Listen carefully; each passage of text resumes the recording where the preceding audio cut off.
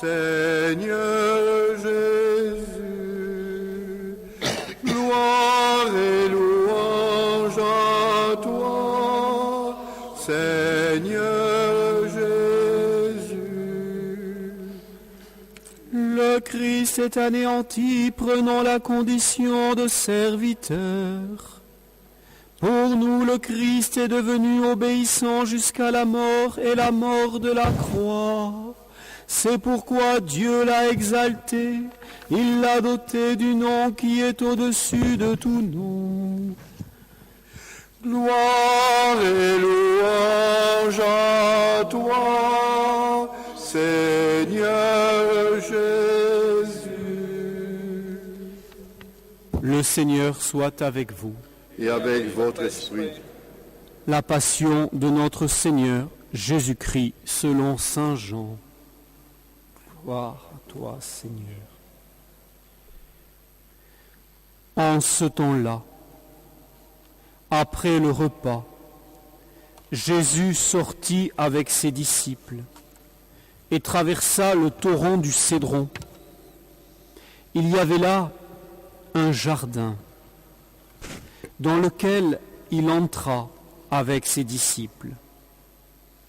Judas, qui le livrait, connaissait l'endroit lui aussi, car Jésus et ses disciples s'y étaient souvent réunis. Judas, avec un détachement de soldats, ainsi que des gardes envoyés par les grands prêtres et les pharisiens, arrivent à cet endroit. Ils avaient des lanternes, des torches et des armes. Alors Jésus, sachant tout ce qui allait lui arriver, s'avança et leur dit : Qui cherchez-vous ? Ils lui répondirent : Jésus le Nazaréen. Il leur dit : C'est moi, je le suis. Judas, qui le livrait, se tenait avec eux. Quand Jésus leur répondit : C'est moi, je le suis, ils reculèrent et tombèrent à terre. Il leur demanda de nouveau : Qui cherchez-vous ? Ils dirent : Jésus le Nazaréen.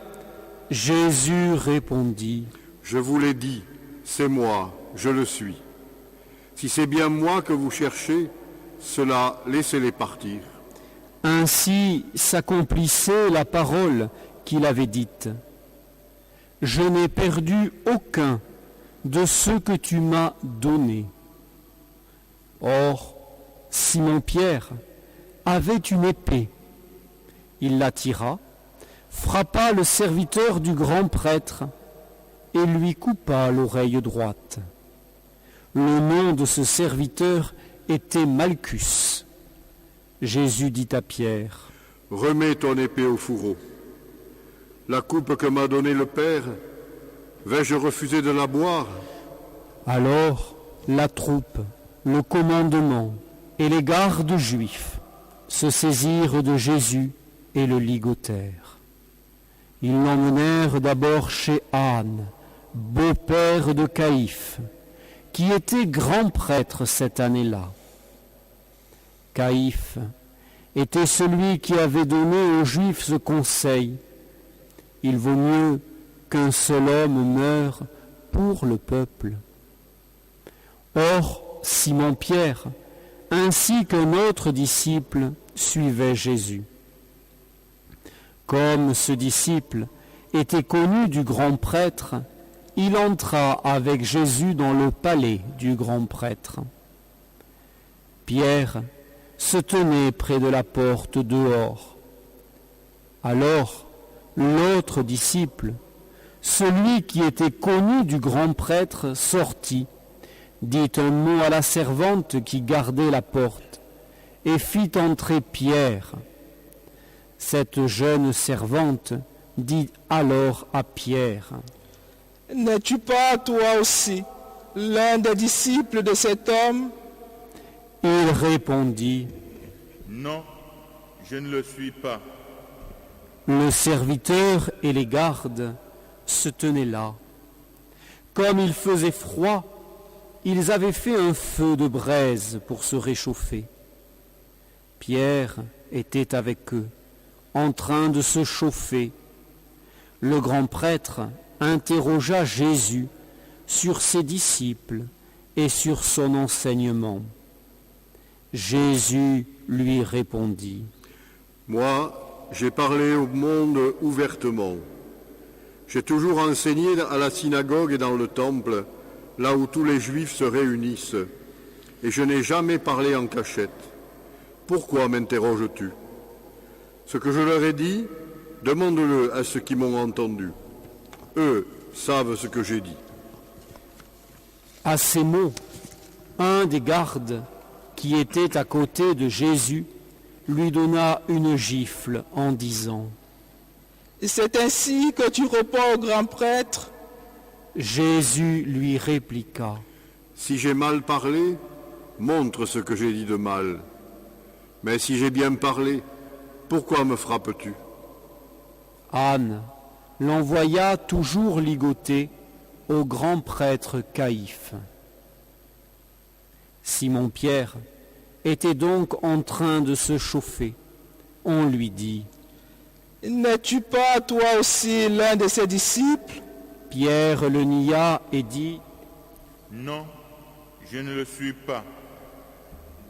Un des serviteurs du grand prêtre, parent de celui à qui Pierre avait coupé l'oreille, insista : Est-ce que moi je ne t'ai pas vu dans le jardin avec lui ? Encore une fois, Pierre le nia, et aussitôt un coq chanta. Alors, on amène Jésus de chez Caïphe au prétoire. C'était le matin.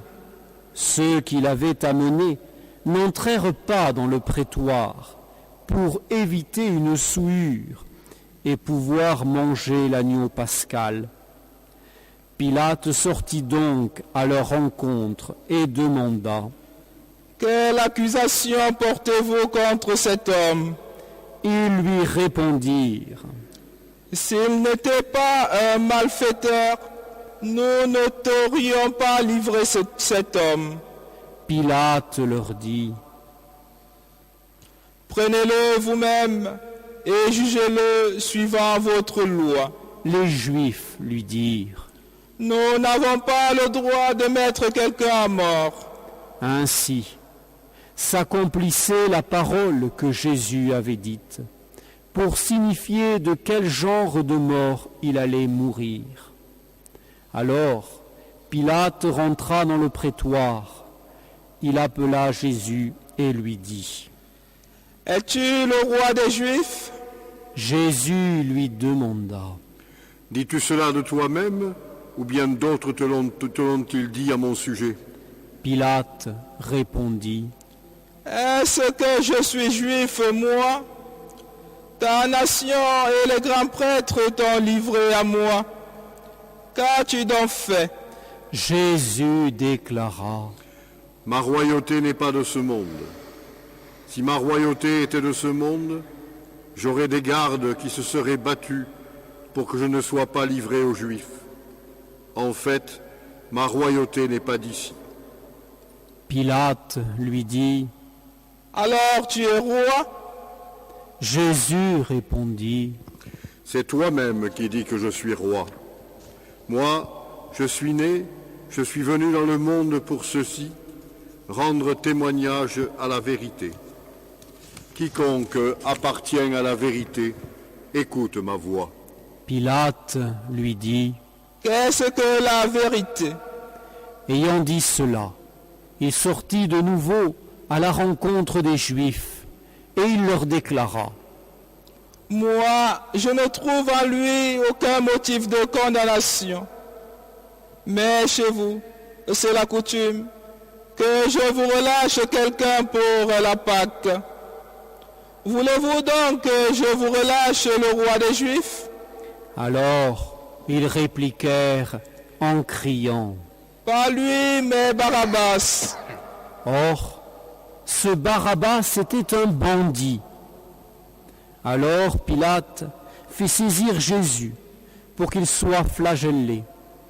Les soldats tressèrent avec des épines une couronne qu'ils lui posèrent sur la tête, puis ils le revêtirent d'un manteau pourpre. Ils s'avançaient vers lui et ils disaient « Salut à toi, roi des Juifs !» Et ils le giflaient. Pilate de nouveau sortit dehors et leur dit « Voyez, je vous l'amène dehors pour que vous sachiez que je ne trouve en lui aucun motif de condamnation. » Jésus donc sortit dehors, portant la couronne d'épines et le manteau de pourpre. Et Pilate leur déclara « Voici l'homme. » Quand ils le virent, les grands prêtres et les gardes se mirent à crier « Crucifie-le, crucifie-le !»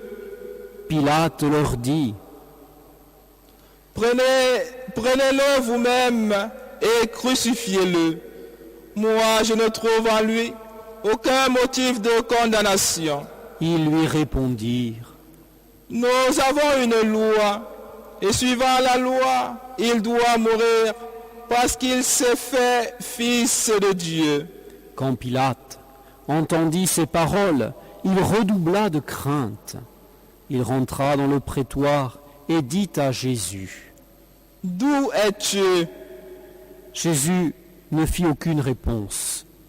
Pilate lui dit alors « Tu refuses de me parler à moi? Ne sais-tu pas que j'ai pouvoir de te relâcher et pouvoir de te crucifier ?» Jésus répondit « Tu n'aurais aucun pouvoir sur moi si tu ne l'avais reçu d'en haut.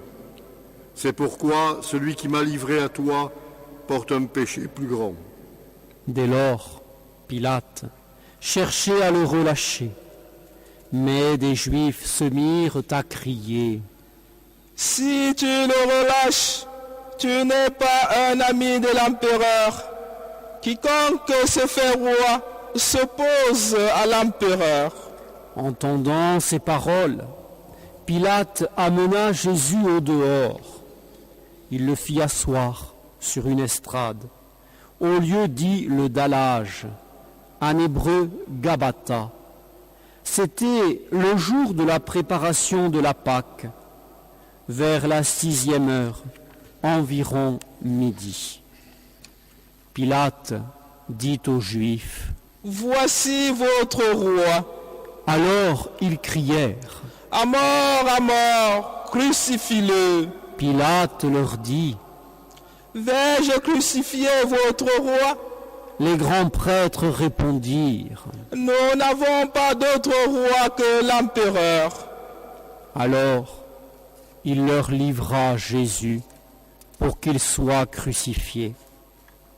Ils se saisirent de Jésus et lui-même, portant sa croix, sortit en direction du lieu dit le crâne, au calvaire, qui se dit en hébreu Golgotha. C'est là qu'ils le crucifièrent, et deux autres avec lui, un de chaque côté, et Jésus au milieu. Pilate avait rédigé un écriteau qu'il fit placer sur la croix. Il était écrit « Jésus, le Nazaréen, roi des Juifs ». Beaucoup de Juifs lurent cet écriteau parce que l'endroit où on l'avait crucifié, Jésus était proche de la ville, et que c'était écrit en hébreu, en latin et en grec. Alors les grands prêtres des Juifs dirent à Pilate « N'écris pas, roi des Juifs. » Mais cet homme a dit « Je suis le roi des Juifs. » Pilate répondit « Ce que j'ai écrit, je l'ai écrit. » Quand les soldats eurent crucifié Jésus, ils prirent ses habits. Ils en firent 4 parts, une pour chaque soldat. Ils prirent aussi la tunique, C'était une tunique sans couture, tissée toute d'une pièce de haut en bas. Alors ils se dirent entre eux, « Ne la déchirons pas, désignons par le sort celui qui l'aura. » Ainsi s'accomplissait la parole de l'Écriture. Ils se sont partagés mes habits. Ils ont tiré au sort mon vêtement. C'est bien ce que firent les soldats. Or, près de la croix de Jésus, se tenait sa mère et la sœur de sa mère, Marie, femme de Cléophas, et Marie-Madeleine.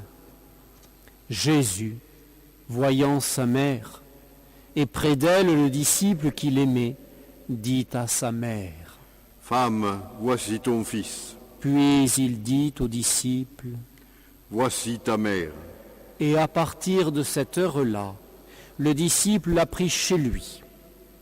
Après cela, sachant que tout désormais était achevé, pour que l'Écriture s'accomplisse jusqu'au bout, Jésus dit, « J'ai soif. » Il y avait là un récipient plein d'une boisson vinaigrée. On fixa donc une éponge remplie de ce vinaigre à une branche d'hysope, et on l'approcha de sa bouche. Quand il eut pris le vinaigre, Jésus dit, « Tout est accompli. » Puis, inclinant la tête, il remit l'esprit.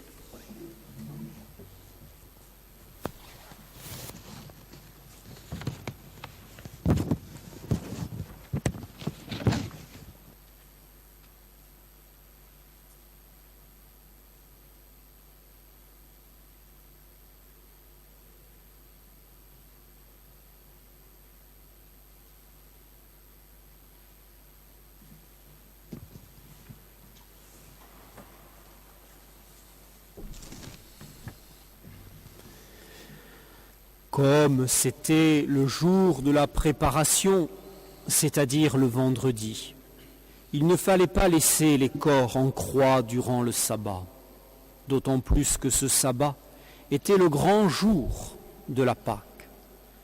Aussi les Juifs demandèrent à Pilate qu'on enlève les corps, après leur avoir brisé les jambes.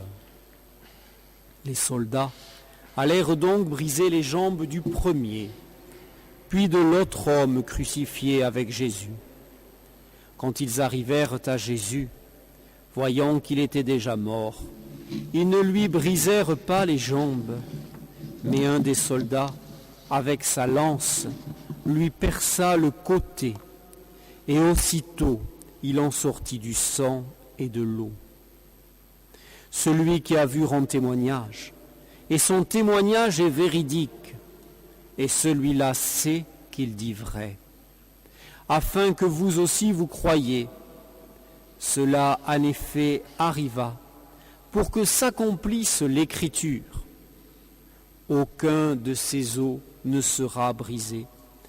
Un autre passage de l'Écriture dit encore, « Ils lèveront les yeux vers celui qu'ils ont transpercé. » Après cela, Joseph d'Arimathie, qui était disciple de Jésus, mais en secret, par crainte des Juifs, demanda à Pilate de pouvoir enlever le corps de Jésus.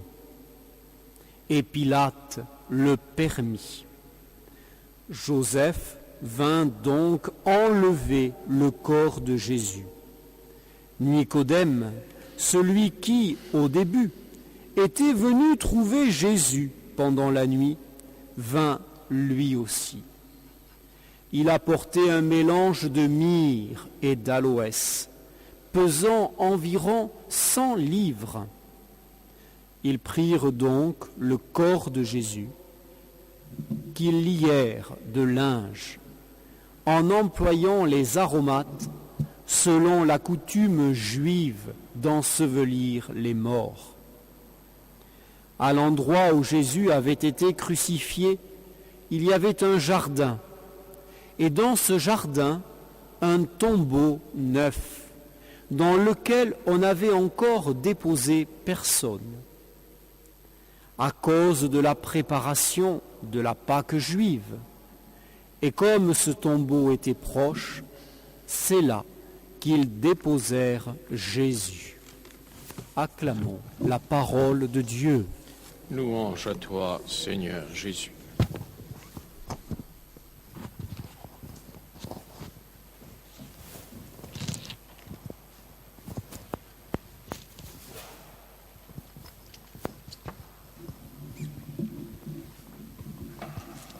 Aujourd'hui, Jésus de Nazareth est trahi, arrêté, bafoué, torturé, humilié. Il n'a plus figure humaine, lui, le Dieu Tout-Puissant fait homme. Qu'est-ce qui l'a conduit là? Tout simplement l'amour, l'amour de tous les êtres humains,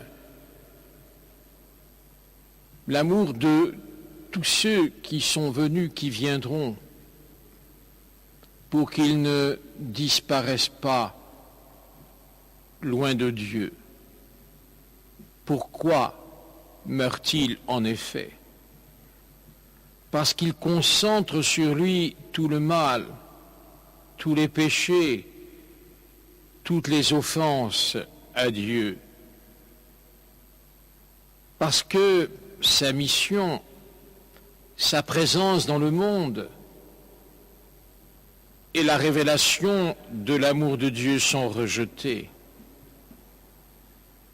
Nous venons d'entendre dans ce récit de Saint Jean le dialogue avec Pilate qui commande au nom de l'Empire romain et tient le peuple juif en soumission. Ce dialogue manifeste le sens même de la présence de Jésus sur la terre.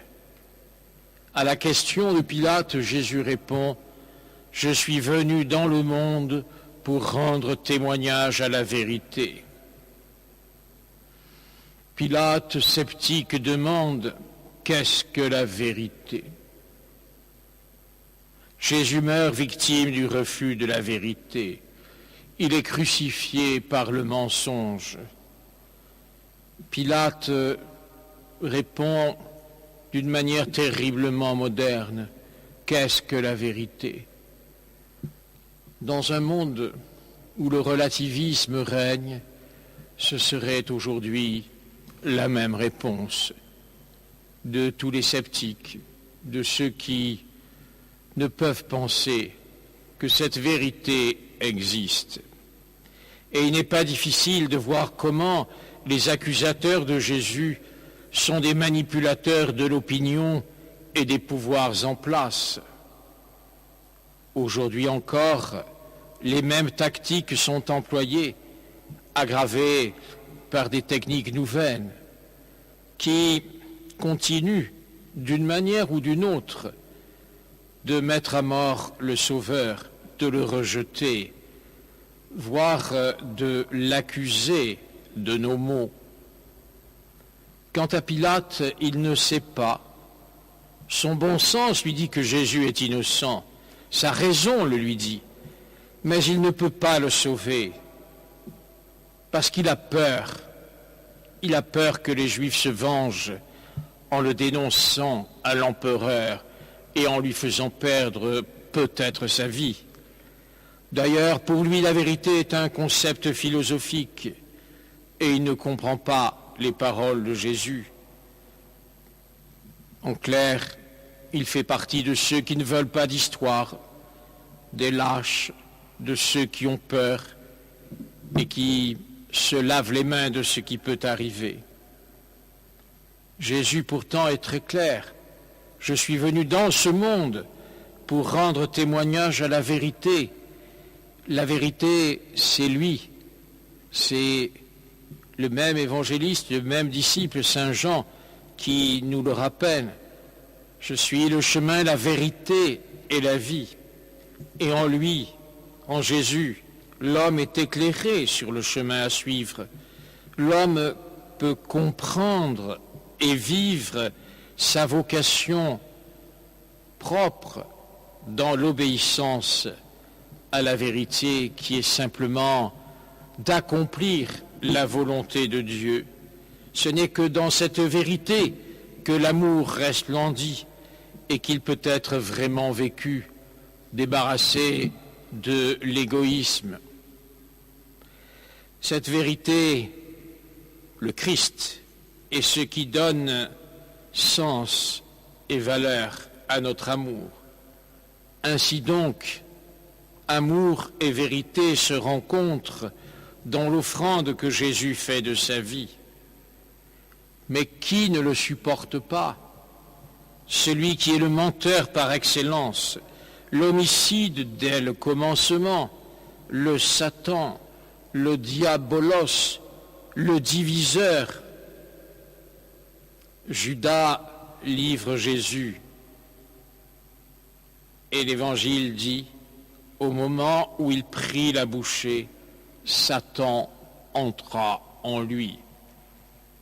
Judas se détourne de la vérité pour se laisser manipuler.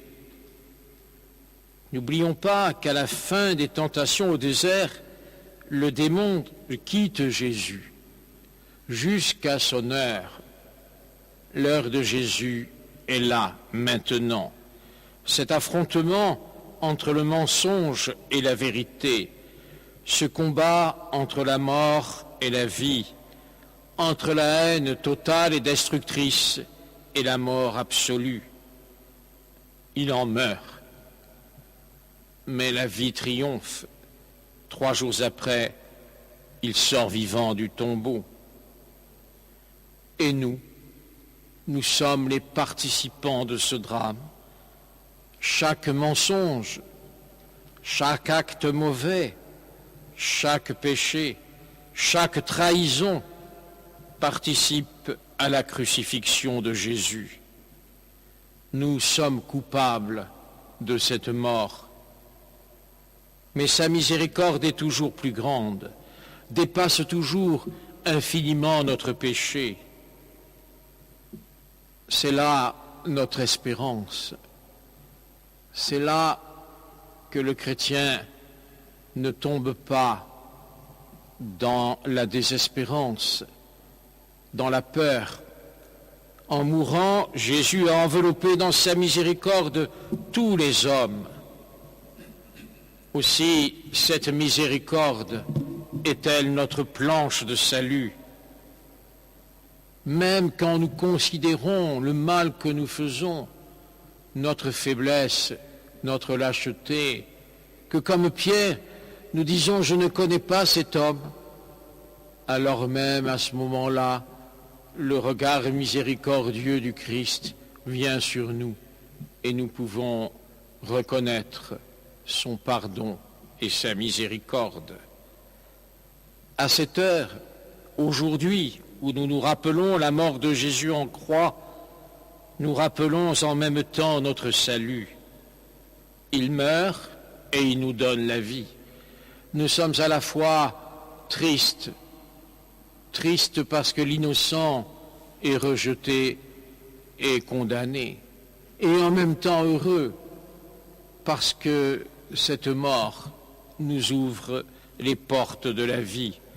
C'est un admirable échange. Sa mort et sa résurrection nous font vivre éternellement. Nous sommes bénéficiaires de ce don inouï, extraordinaire, qui est celui de la miséricorde qui s'accomplit. La croix n'est plus seulement l'instrument qui fait peur, n'est plus simplement la torture, n'est plus simplement ce qu'on rejette, c'est devenu notre espérance, notre unique espérance, notre totale espérance. Amen.